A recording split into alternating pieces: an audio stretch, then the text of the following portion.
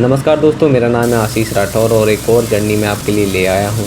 ये journey video मेरी जनवरी 2019 की है, जिसमें मैं ग्वालियर से, जो कि मध्य प्रदेश में है, वहाँ से हरिद्वार तक का सफ़र तय करता हूँ। उस बीच मैंने कुछ शॉट्स लिए हुए हैं और इतना प्रोफेशनल शॉट्स तो नहीं लगेंगे, लेकिन फ़ोन से मैंने जितने भी शॉट्स लिए, बैटरी और स्टोरेज की कमी होने के बावजूद भी, तो उन शॉट्स को मैंने इकट्ठा कर दिया है ताकि लॉकडाउन में जो भी रेल जर्नी को मिस कर रहे हैं वो लोग भी इस तरीके की जर्नी को देख करके थोड़ा सा उनका भी टाइम पास हो सके और अच्छा लग सके। तो आप भी एंजॉय कीजिए। तो शुरू करते हैं आज की वीडियो। जैसे कि आप लोगों ने देखा होगा, अभी आपके सामने मैं ऊपर से नैरो गेज देख रहा था। तो ग्वालियर रेलवे स्टेशन में पहुंच चुका हूं, उत्कल एक्सप्रेस का इंतज़ार कर रहा हूं और बचपन से मेरी आदत है कि नैरो गेज को निहारना मुझे अच्छा लगता है। और उसके बाद नैरो गेज की सुबह सुबह एनडीएम 1 लोकोमोटिव के साथ में ट्रेन जो निकलती है, जैसे कि आपके सामने खड़ी हुई है, और ये लोकोमोटिव 6 कोचेस की ट्रेन को लेकर के निकलता है। ग्वालियर जयपुर कलन पैसेंजर जो है ट्रेन चलती है।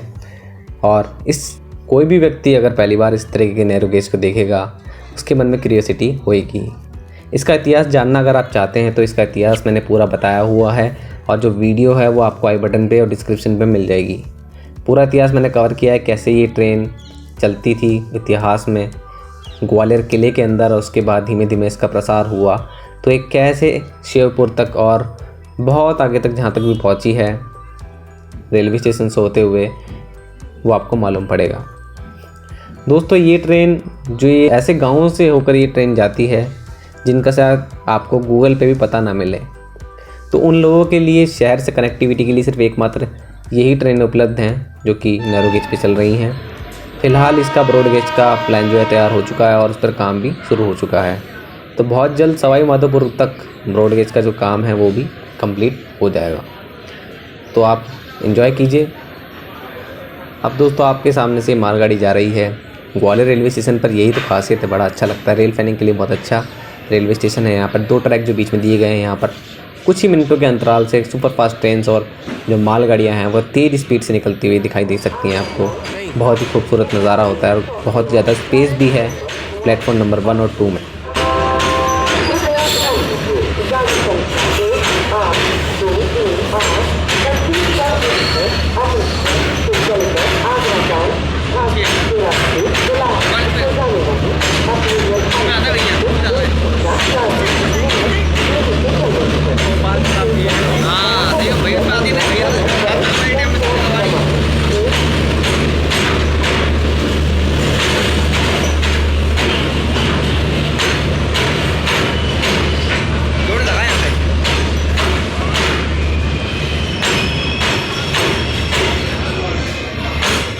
और दोस्तों, इसी बीच प्लेटफॉर्म नंबर 4 से एक मालगाड़ी निकल पड़ी है।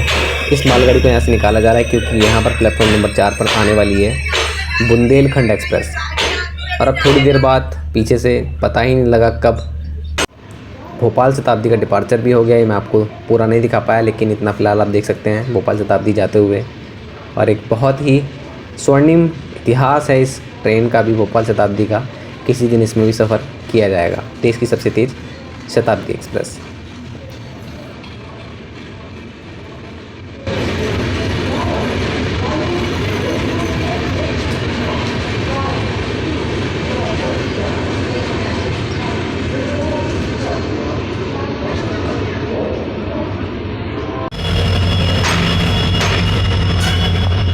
तो दोस्तों, आपके सामने WDP-4B लोकोमोटिव के साथ में बुंदेलखंड एक्सप्रेस अपने डेस्टिनेशन रेलवे स्टेशन पर प्लेटफॉर्म नंबर 4 पर आ चुकी है।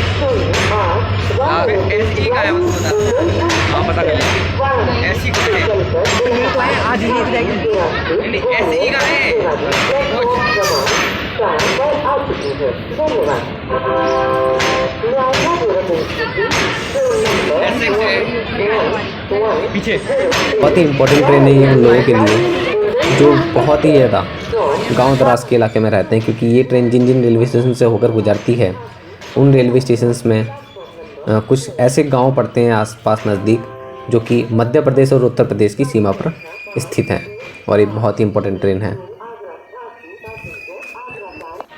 तो दोस्तों, प्लेटफॉर्म नंबर 2 पर हम इंतज़ार कर रहे हैं उत्कल एक्सप्रेस का। उत्कल एक्सप्रेस सुबह 8 बजे आती है ग्वालियर और 5 मिनट के हॉल्ट के बाद निकल जाती है यहाँ से, और हरिद्वार रात को 9:15 पर ये पहुँचती है। इस बीच अभी लगभग आधा घंटा 15 मिनट लेट हमेशा मिलती है हमको, और इस बार भी ऐसा ही है।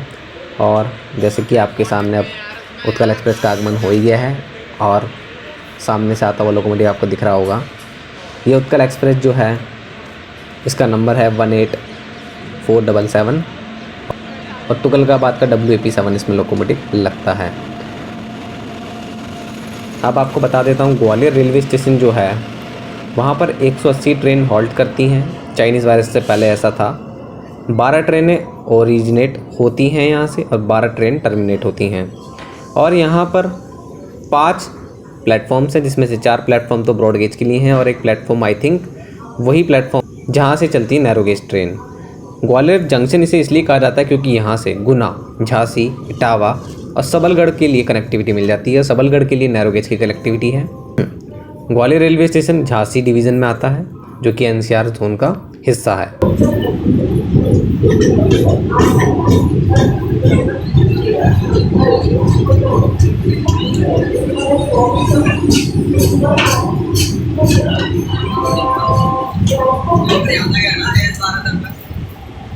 चलिए दोस्तों, अलविदा करते हैं अब ग्वालियर को और चलते हैं अब जर्नी।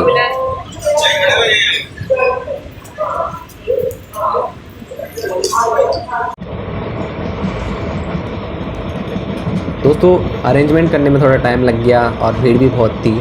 इस बीच तो बिरला नगर, रायरू, बाममोड़ जैसे रेलवे स्टेशन निकल चुके हैं और अब हम मुरैना की तरफ आगे बढ़ रहे हैं।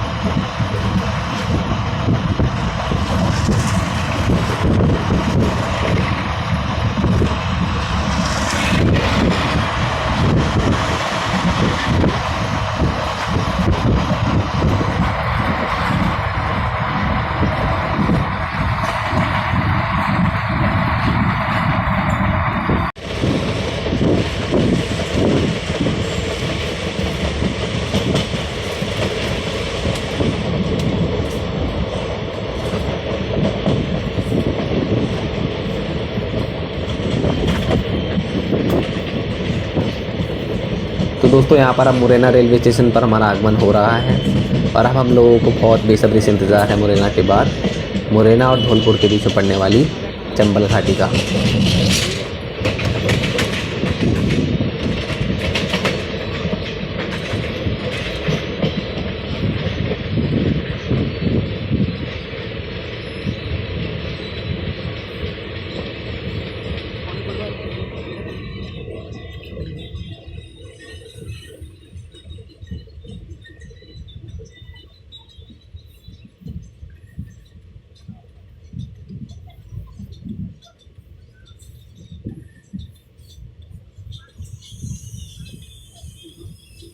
किसमें?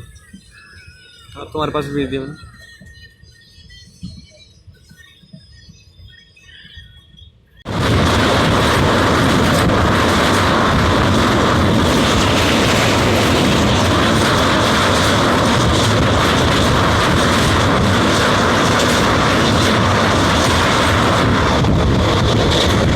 तो दोस्तों, चंबल नदी के ऊपर तटे हुए निकले और एक चंबल घाटियाँ, यहाँ पर लगे बबूल के पेड़, बंजर धरती पर हो रही सरसों की खेती, और अब कुछ हरा भरा दिखने भी लगा है चंबल घाटी का ये इलाका।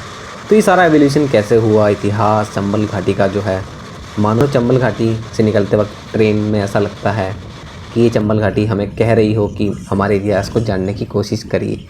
तो दोस्तों, इसी बीच ये मेरा पूरा शॉट आपको नहीं दिखा रहा हूँ, मेरे पास और भी कैप्चर हैं। चंबल घाटी के लिए एक डेडिकेटेड वीडियो आएगी जिसमें हम पूरा इतिहास जानेंगे चंबल घाटी का। तो फिलहाल आगे बढ़ते हैं।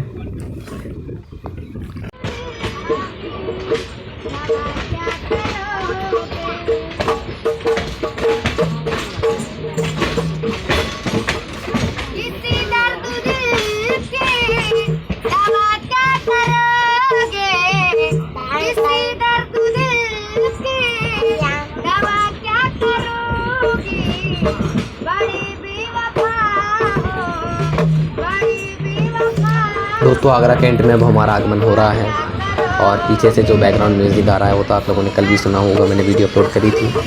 तो इन बच्चों ने भी बहुत ही सुंदर गाना गाया। फिलहाल आगरा कैंट पे हमारा आगमन।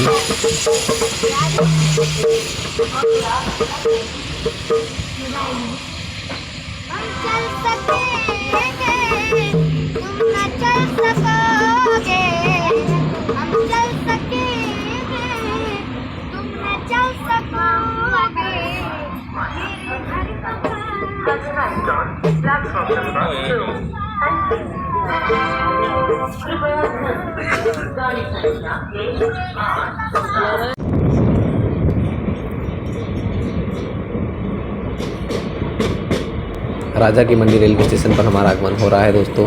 और ये रेलवे स्टेशन भी बहुत ज़्यादा ही यादगार है क्योंकि यहाँ पर जब भी ट्रेन निकलती हैं उनका जो कर्व लेना है वो कर्व बहुत सुंदर लगता है।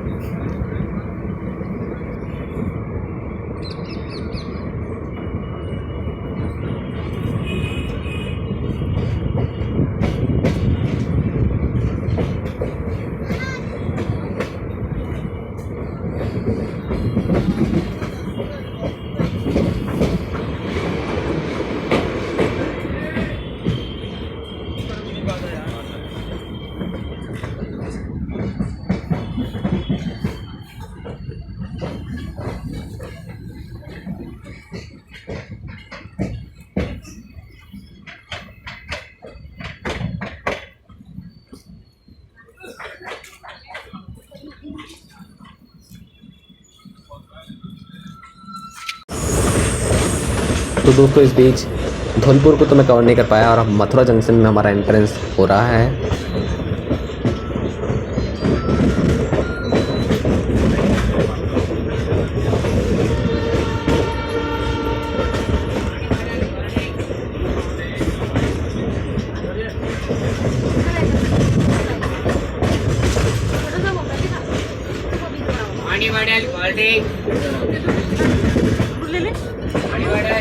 अभी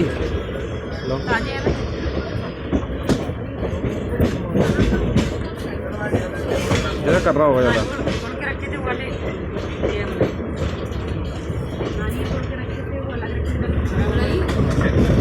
सुबह तोड़े थे।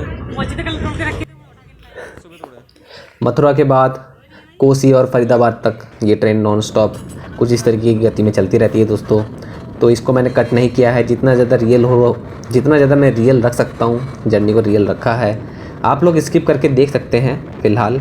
और दोस्तों इस बीच आपसे कुछ ये बातें भी करना चाहूँगा कि जो मैं ये जर्नी कर रहा हूँ मैं ग्वालियर तक कैसे गया था। ग्वालियर तक मैं हरिद्वार से पहले मैंने लोकमान्य तिलक एक्सप्रेस में जर्नी करी थी। पहली बार मैंने एलएसबी ट्रेन में जर्नी करी थी 3rd AC में। अगर आपने वो जर्नी नहीं देखी है तो आई बटन पे और डिस्क्रिप्शन में दोनों में लिंक मिल जाएगा। तो ये जर्नी ज़रूर देखना दोस्तों, मज़ा आएगा आपको 3rd AC में मैंने जो जर्नी करी है। और इसके बाद फिर मैंने खजुराहो एक्सप्रेस जो आती है उसके द्वारा आगरा के बाद ग्वालियर तक की जर्नी करी थी।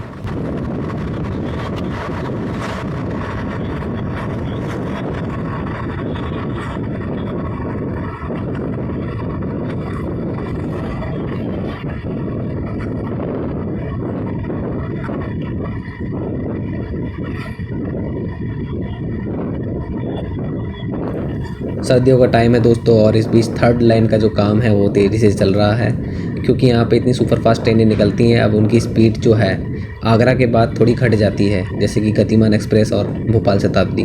तो इन ट्रेनों को भी 160 मिलना चाहिए ग्वालियर और झांसी तक और फिर भोपाल तक। तो उसी के बीच ये काम चल रहा है और बैरिकेटिंग का भी काम तेज़ी से चल रहा है ताकि जो फेंसिंग होने के बाद स्पीड और बढ़ जाए। तो फेंसिंग आप देख भी पा रहे होंगे एंटायर रूट में हो रखी है और आगे भी बढ़ेगी ग्वालियर से।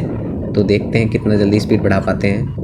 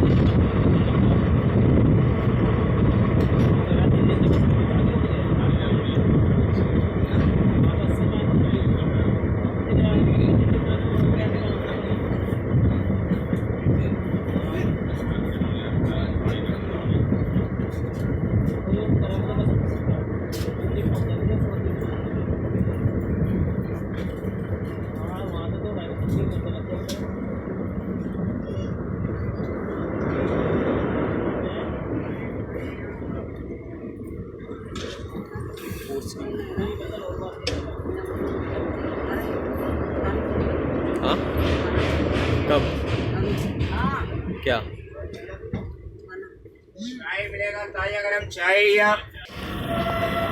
दोस्तों जनवरी का महीना था, बहुत ज़्यादा ठंड थी और उसके बाद फिर मथुरा के बाद तो बहुत ज़्यादा बारिश भी देखने को मिली, तो मैं कुछ ज़्यादा कवर नहीं कर पाया। तो कोसी कलां फरीदाबाद को पार करने के बाद ये ट्रेन हज़रत निज़ामुद्दीन को भी पार कर चुकी है। अब उसके बाद आउटर में ये ट्रेन दिल्ली में धीमे धीमे टहलते हुए जा रही है। जैसे कि आप लोगों को पता ही ट्रेनें कितनी धीमी चलती हैं, फॉग का टाइम भी है, बारिश का टाइम भी और ठंड तो है ही।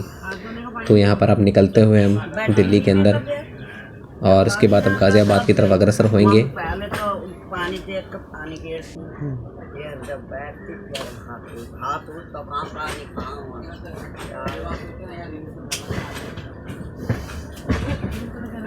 करते तो हो जाता है। हाँ तो भाई नेट भी तो होना चाहिए उसके लिए।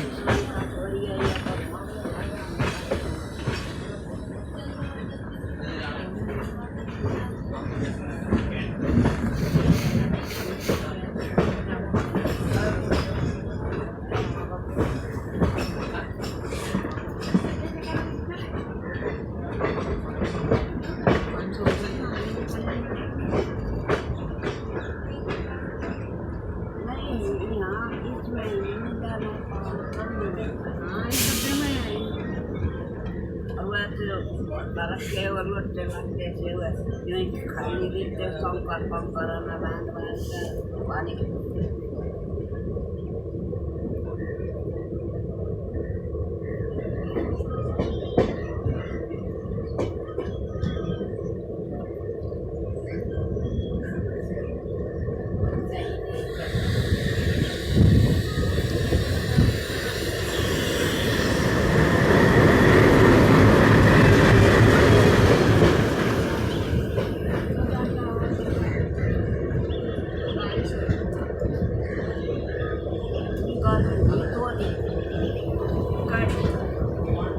अच्छा था।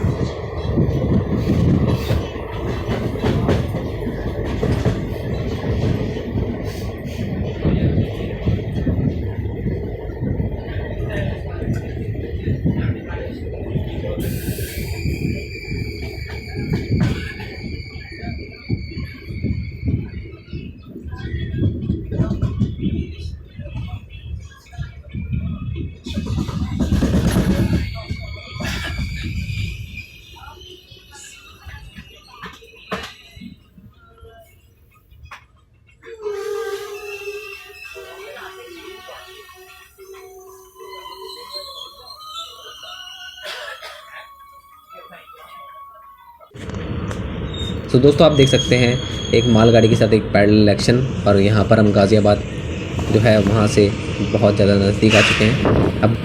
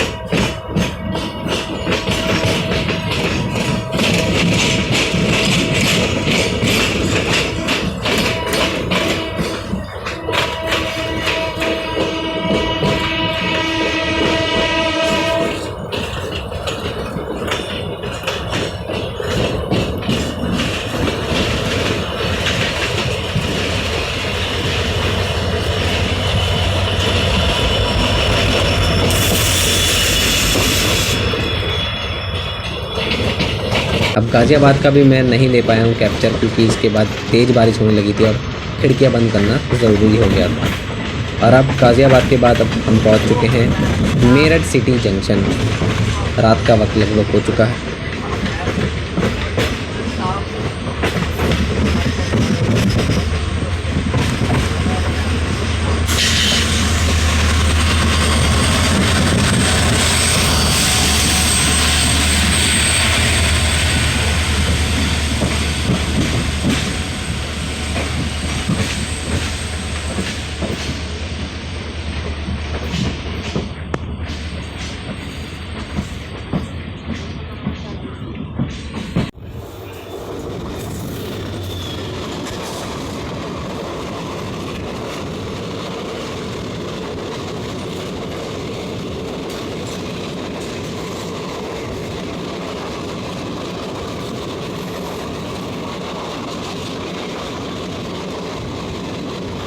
तो दोस्तों मेरठ सिटी जंक्शन के बाद मुजफ्फरनगर और देवबंद, टपरी, रुड़की होते हुए ये ट्रेन हरिद्वार के अंदर एंटर कर चुकी है।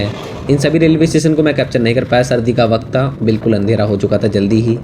और अब हरिद्वार के अंदर जो ये ट्रेन चल रही है आपको दिख रहा होगा, बिल्कुल अंधेरा ही है।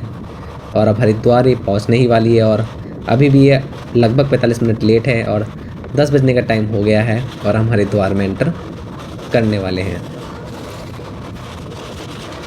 तो दोस्तों अब हरिद्वार में हम एंटर कर चुके हैं। आप लोगों को ये जर्नी कैसी लगी बताना। मेरे पास इससे भी और अच्छी आगे की जर्नियाँ हैं 2019 की ही, उनको मैं डालूँगा, लेकिन आप लोग देखें तो बताइएगा, क्योंकि फिर मेहनत करने का फ़ायदा कम रहता है। लेकिन फिर भी मैं आप उनको डालने की पूरी कोशिश कर रहा हूँ।